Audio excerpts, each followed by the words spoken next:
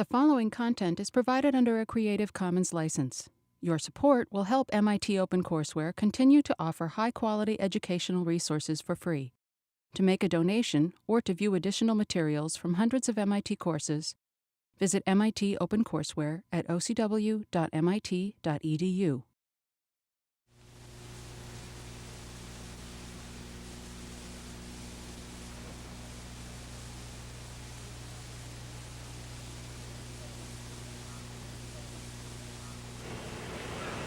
Hi.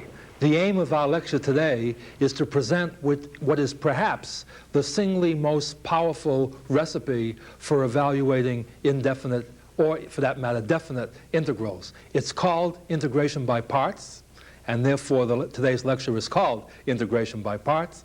And what I want to emphasize is essentially that this is a technique which shows us how to find indefinite integrals, but that in theory it changes nothing over what we've had before. This is essentially, as we've mentioned, a recipe for being able to simplify or reduce indefinite integrals to things that we can handle.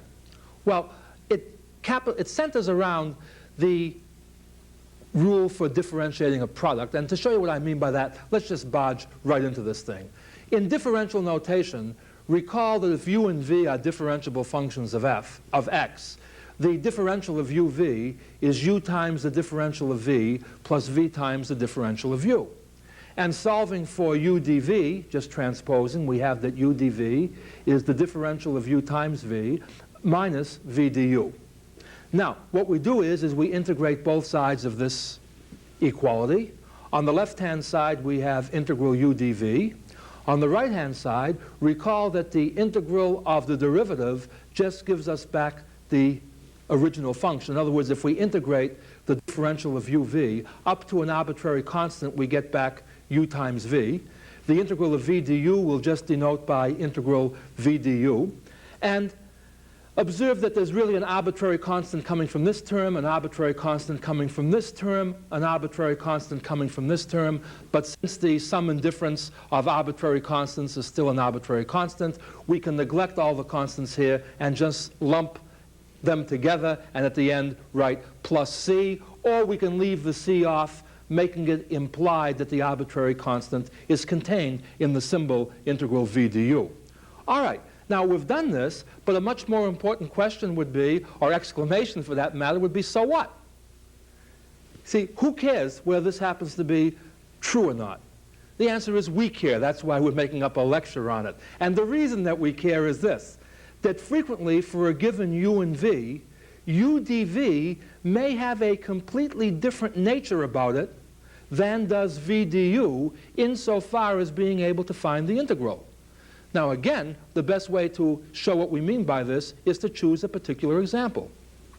Let me start just arbitrarily here, picking a couple of simple functions for us to differentiate or to integrate. Let's pick u to equal x and v to equal sine x. Now, it's simple to see from this example that in this case, if u equals x and v is sine x, then dv is cosine x dx. In fact, let's write that down so we can see it here. Notice that in this particular case, integral u dv is integral x cosine x dx, u dv. On the other hand, what is v du? V is sine x. Then since u equals x, du is dx. Therefore, v du is just integral sine x dx. Now look at these two integrals. This one we can integrate just by looking at it. It's minus cosine x. This one, well, offhand, we don't know a function whose derivative with respect to x is x cosine x. However, by this recipe, we now have a way of showing how to compute u dv once we know integral v du. In other words, in this particular problem, letting u equal x and dv being cosine x dx, we can proceed as follows. Namely, by this recipe, we get what? Integral x cosine x dx is equal, see, this is u dv, equals u times v. Recall that u is x, v is sine x, so u times v is x sine x, minus integral v du. Okay? But v is sine x, du is dx, so we wind up with this. But now we know that the integral of sine x with respect to x is minus the cosine x. The minus and the minus cancel to give me a plus, and I wind up with that the integral of x cosine x dx is x sine x plus cosine x plus an arbitrary constant. Okay? That's all integration by parts really is. That all we do here is we evaluate one integral by knowing another integral. And by the way, what I meant here when I said that one did not have to change any of the theory, what does the integral mean here anyway? What we mean by this is what? Find all functions whose derivative with respect to x is x cosine x. Now, what integration by parts did for us was it showed us how to get this result. But if we didn't know how to get this result, observe that we checked the answer the same way as always. Namely, one thing that hopefully we can do is differentiate this thing. And if we differentiate it, let's see, this is a product. It's the first factor times the derivative of the second, that's x cosine x, plus the second factor times the derivative of the first, that's just sine x. The derivative of cosine x is minus sine x. The derivative of a constant is 0, and if we now sum up the pieces that we have here, we wind up with x cosine x, exactly what we were supposed to get. Okay? Now, you see again, nothing has happened in theory. All we have now is a technique that allows us to explicitly solve certain problems that we couldn't have solved otherwise, even though we could have stated them before. For example, let's go back to a problem that, technically speaking, we could have presented before we got to this unit of our material. Let's suppose that the region R is the region bounded above by y equals cosine x, below by the x-axis, between the y-axis and x equals pi over 2. What we want to do is take this region R and revolve it about the y-axis. And what we'd like to find is what volume is generated when the region R is revolved about the y-axis. Now, when we talked about volumes and cylindrical shells, we already had the recipe. Recall that to rotate this about the y-axis, just to refresh memories here, if we call this x and we call this y, the element of volume was what? Well, you swung out a circumference 2 pi x times height y times thickness dx. In other words, that the volume when this was rotated about the y-axis was just 2 pi integral x cosine x dx as x goes from 0 to pi over 2. You see, I rigged this particular problem so we wouldn't have to waste the fact that we've already found out what the indefinite integral of x cosine x dx is. In other words, we get down to this step here. Now, by the first fundamental theorem of integral calculus, we know that whatever this integral is, it's also equal to g of pi over 2 minus g of 0, where g is any function of x whose derivative with respect to x is the integrand here, which is x cosine x. Now, you see, this part, or up to here, we could have got this result without today's lecture. The only thing that we learned to do today that we couldn't do before was the idea of how we find a function whose derivative is x cosine x. In fact, what we found was what? A function whose derivative is x cosine x is just x sine x plus cosine x. So by the first fundamental theorem, the answer to our volume problem is that it's 2 pi times the quantity x sine x plus cosine x evaluated between 0 and pi over 2. Putting in x equals pi over 2, this term is pi over 2, this term is 0. Putting in the lower limit, when x is 0, this term is 0, this term is 1. We subtract the lower limit, that gives us a minus 1, and therefore the volume that we get is simply 2 pi times pi over 2 minus 1.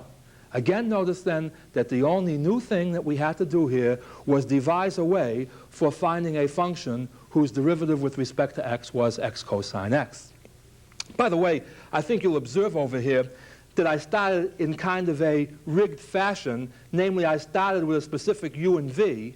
It might be interesting to see how would one tackle this problem if one had just been given the x cosine x dx and had to work from there. In other words, instead of working backwards now, let's present the problem as it would come up in a real problem. Namely, all of a sudden we find that we have to integrate x cosine x. And the idea goes something like this. You see, we say, look, if this x weren't in here, this would be pretty easy to handle. So why don't we do this? Why don't we call this piece here u and call this piece here dv? Then you see du would just be dx. V would just be sine x. In other words, the differential of sine x is cosine x dx. See, if u is x, du is dx.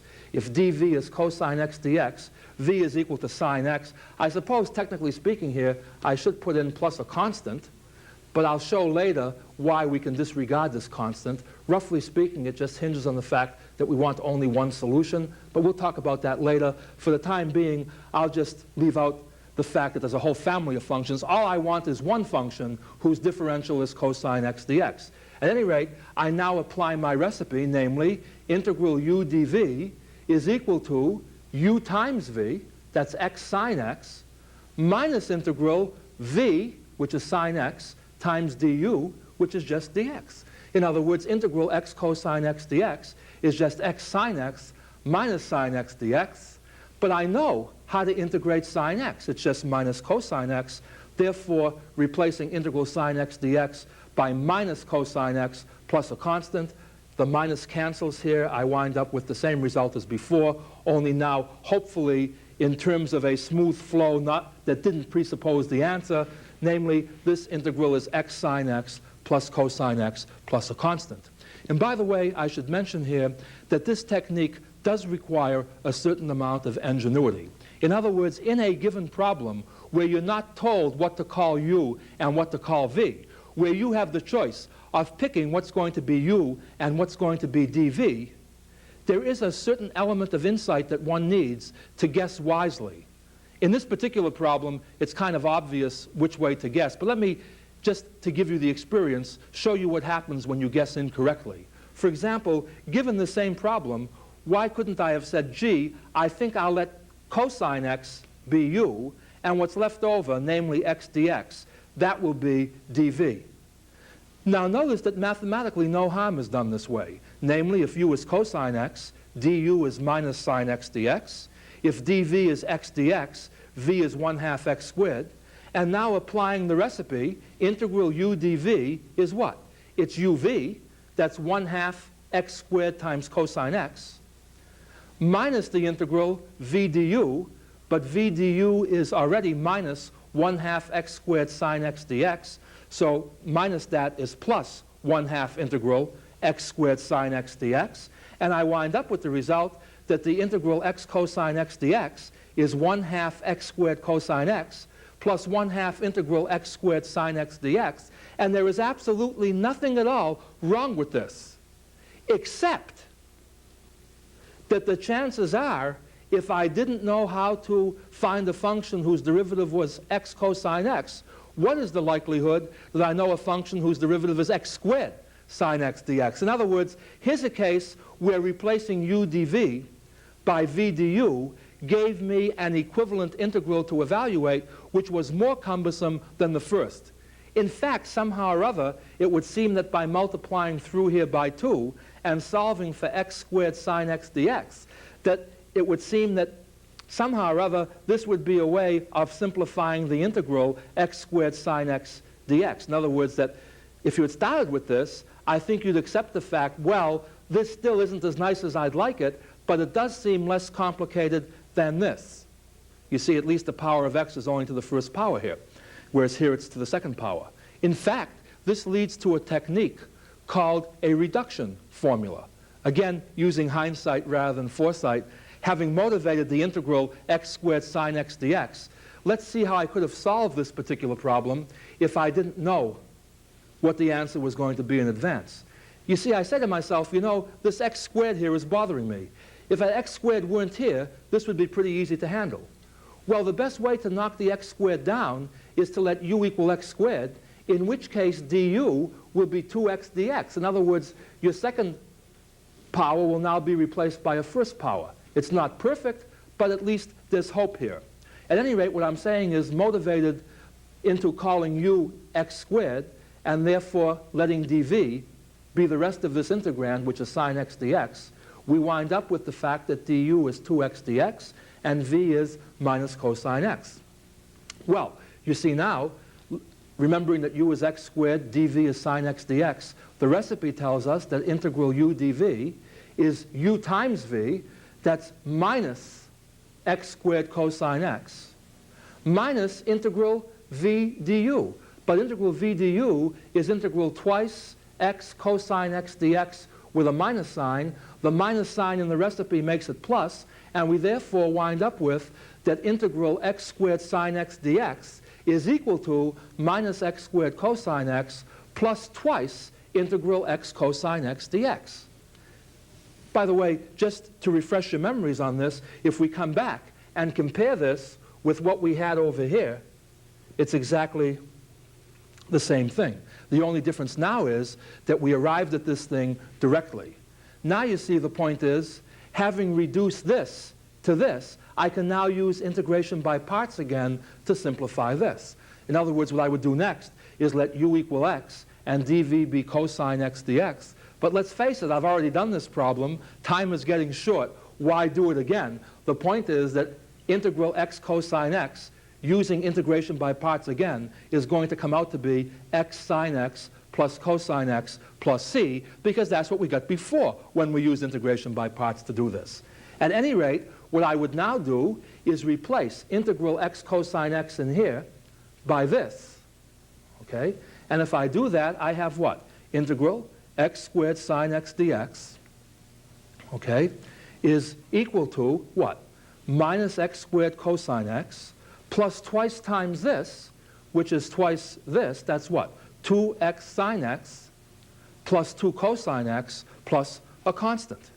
And by the way, again notice, if I wanted to check whether this was right, the one thing I can do if somebody gives me this is what? I can differentiate it with respect to x. When I differentiate it with respect to x, if I get x squared sine x as my result, this is correct. Otherwise, I've made a mistake. But the idea is, keep in mind that these can always be checked because they're inverse derivatives. They can always be checked by actual differentiation. And again, notice the beauty of this technique. If somebody said, construct a function whose derivative with respect to x is x squared sine x, notice how difficult it would be to try to piece this thing together. See, notice the difference between being able to check that this is the right answer and how one would find this. This is the technique or the power of integration by parts. In fact, in making up exam questions, this is exactly how professors sometimes do this, that what you start with is you start with this, then give a person this problem and tell them to differentiate this, and that whole mess simply comes out to be x squared sine x. And that's why a lot of times when you have a messy problem to differentiate and you look at the answer in the back of the book, you become amazed to see that the thing really simplified. Again, notice the idea. The integrand here is relatively simple. What we have to differentiate to get that relatively simple integrand is not quite so simple. But enough about that. Let me just go on with a few more examples. See, I have plenty of examples in the exercises to keep you busy and to give you drill on this. All I'm trying to do now is to motivate places where one would want to use integration by parts. Well, let me show you one place it might be used. One place that it's always worth trying is when you look at the integrand, haven't the vaguest notion as to how to integrate it, but you are able to differentiate it. You see, you've got nothing to lose. The worst that will happen is that the resulting integral v du will be no easier to handle than the original u dv. But at least there's a chance that something will work. Well, let me give you a for instance. I see I've written this rather badly. This is not Stan. This is the integral of inverse tangent x dx. Okay? Integral inverse tangent x dx. What function has its derivative equal to inverse tangent x? Well, you see, the thing I do know, hopefully, is what the derivative of inverse tangent x is. The derivative of inverse tangent x with respect to x is 1 over 1 plus x squared. And by the way, if you don't know this, there's no hope of even beginning the integration by parts. In other words, we have to assume that we can do something in a problem like this. At any rate, knowing this, what do I do next? I say, well, since I know how to differentiate the inverse tangent, that's a very natural thing to call u, because I can certainly find du. Moreover, the nice thing is that calling dv dx, if I can integrate anything, it's certainly dx. Namely, what I'm saying is if u equals inverse tan x and dv is dx, then du is dx over 1 plus x squared, and v is just equal to x. Now, therefore, integral inverse tan x dx, in other words, integral u dv, is just what? It's still just u times v, that's x times inverse tan x, minus v du. That's minus integral x times dx over 1 plus x squared. Now, look what happens in this case. Obviously, with time being short and having other places to show you my failures, namely in the exercises, I picked one that worked nicely. Here's a case, you see, that the integral inverse tan x dx, by using parts, becomes replaced by integral x dx over 1 plus x squared. This is one I can handle from before. This is one where the substitution u equals 1 plus x squared works very nicely for me. Or if you're getting glib with these things, just observe that this integrand is 1/2 natural log 1 plus x squared. Because how would you differentiate natural log 1 plus x squared? It would just be what? 1 over 1 plus x squared times the derivative of this, which is 2x. The 2 and the 1/2 would cancel, and we just have left x over 1 plus x squared. In other words, again, notice that the answer here is what? This is the function that one would have to differentiate with respect to x to wind up with inverse tan x. I'll show you another example in a few minutes. What I did just remember is that I mentioned why we can drop the arbitrary constant. Let me just take a minute here and show how this problem should have really been worked. If we wanted to be precise here, we said, okay, u equals inverse tan x, therefore du is dx over 1 plus x squared. That part's fine. Then we say, okay, dv is dx. Now, if dv is dx, what must v be? Well, v could be x, but it must be something of the form x plus some constant, which I'll call c1. Could I have chosen v to be x plus c1? Why not? In fact, what would have happened if I did that? Notice that what would have happened in this case is that u times v now would simply have been x plus c1 times inverse tan x. Whereas integral v du, instead of being x dx over 1 plus x squared, would have been x plus c1 dx over 1 plus x squared. In other words, leaving the constant in, I would get this. And now all I want you to see here, and I've done this just for this particular example, and in the exercises we'll work it out in general, the whole idea is this. This, of course, can be written as two terms, one of which is x inverse tan x, and the other of which is c1 inverse tan x. This also can be written as two integrals, namely, with the minus sign kept aside here, this is integral x dx over 1 plus x squared, and plus integral c1 dx over 1 plus x squared, the minus making this minus. But we know that the integral dx over 1 plus x squared is inverse tan x. In other words, if we now separate these into pieces, we have what? X inverse tan x minus integral x dx over 1 plus x squared. And notice that the c1 term drops out because we have c1 inverse tan x occurring twice. It's this term here, and it's also this part of our integral. And see, with the minus sign here, they just cancel out. And that's why we really don't have to keep the arbitrary constant in there, but if we wish to, we may. At any rate, let me summarize with just one more problem to make sure that we have the technique down fairly pat. Let's suppose we were given integral log x dx. What we certainly do know, I hope, by this time, is that the derivative of log x with respect to x is 1 over x. Since I can differentiate log x, it becomes very meaningful to try letting u equal log x. If I do this, u is log x, dv is dx, du then becomes 1 over x dx, and v is x, and now I put in plus c in parentheses here to indicate that if you wanted to use it, you could. At any rate, what happens now? Integral u dv, integral log x dx in this case, is u times v, which is x log x, minus integral v du. Well, you see the x times the 1 over x is just 1, therefore v du is just dx. So minus that is just minus dx. In other words, minus the integral v du is just minus integral dx. And now you see I have what? X log x, and this is very easy to integrate. It just happens to be minus x. Then I tack on the arbitrary constant. Again, to check whether this was the right answer, all I have to do is differentiate x log x minus x with respect to x and see if I get log x. And I will. Okay? Now, how would I use a problem like this, say in a practical situation? Well, for example, suppose I wanted to find the area of the region R, where R was the region bounded above by the curve y equals natural log x, below by the x-axis, on the left by x equals 1, and on the right by x equals b, where b can be any number you want right now, as long as it's bigger than 1 in this diagram. Notice that the definite integral says that the area of the region R is the definite integral from 1 to b log x dx. And the first fundamental theorem of integral calculus says, look it, if you happen to know a function whose derivative with respect to x is log x, you can evaluate this thing very quickly, namely it's just g of b minus g of 1, where g prime of x is log x. Well, you see, we do know a function now whose derivative with respect to x is log x, namely x log x minus x. Consequently, to solve this problem, all I have to do is evaluate this between the limits of 1 and b, which I won't bother doing right now. Okay? Now, here's the idea. What we've really learned here is one more powerful technique for evaluating integrals. How we arrive at integrals in no way changes in this particular lecture.